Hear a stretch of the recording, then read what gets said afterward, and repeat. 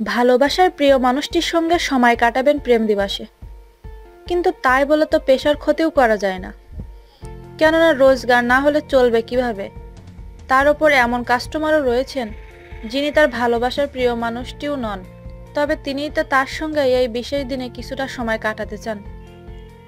কাজে ভালোবাসার প্রিয় মানুষটির জন্য ওই কাস্টমারকে এদিন ফিরিয়ে দিলে আখেরে তো তারই পেশার ক্ষতি হবে, যে কারণে 2 দিনই সামলাতে হয় তাকে। ভ্যালেন্টাইন্স ডের উন্মাদনায় সমাজের বিভিন্ন অংশের যুগলরা উচ্ছ্বাসের বিভিন্ন ধারায় ভেসে বেড়ালেও বিশেষ এই দিনে ভালোবাসার প্রিয় মানুষটির সঙ্গে সময় কাটানোর পাশাপাশি কাস্টমারদেরও সময় দিতে হচ্ছে বহু যৌনকর্মীকে। আর এভাবে বিভিন্ন উপায়ে রচিত হয়ে চলেছে কলকাতার অন্যতম যৌনপল্লী সোনাগাছির বহু যৌনকর্মীর প্রেম দিবসের উপাখ্যান। শুধুমাত্র আবার সোনাগাছিও নয়, কলকাতায় অন্যান্য যৌনপল্লী সহ দুর্বার মহিলা সমন্বয় কমিটির অধীনে থাকা পশ্চিমবঙ্গের বিভিন্ন যৌনপল্লীতেও বিভিন্ন উপায়ে রচিত হয়ে চলেছে ভ্যালেন্টাইন্স ডের আখ্যান। যদিও সোনাগাছির যৌনকর্মীরা সরস্বতী পুজোতেও মেতে ওঠেন। এক্ষেত্রে বাঙালিদের ভ্যালেন্টাইন্স ডের আমেজ যে কিছুটা হলেও উপভোগ করেন না তাও নয়।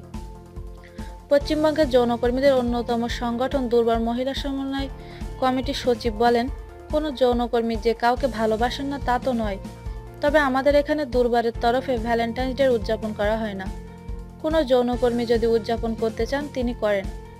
কিভাবে? কাজল বসু বলেন, যে যৌনকর্মী প্রেমিক আছে তিনি প্রেমিকের সঙ্গে কোথাও হয়তো ঘুরতে গেলেন, হয়তো সিনেমায়ও গেলেন, প্রেমিকের সঙ্গে সময় কাটালেন, প্রেমিকের জন্য বিশেষ কিছু রান্না করলেন, তবে কাস্টমারকেও সামলাতে হয়।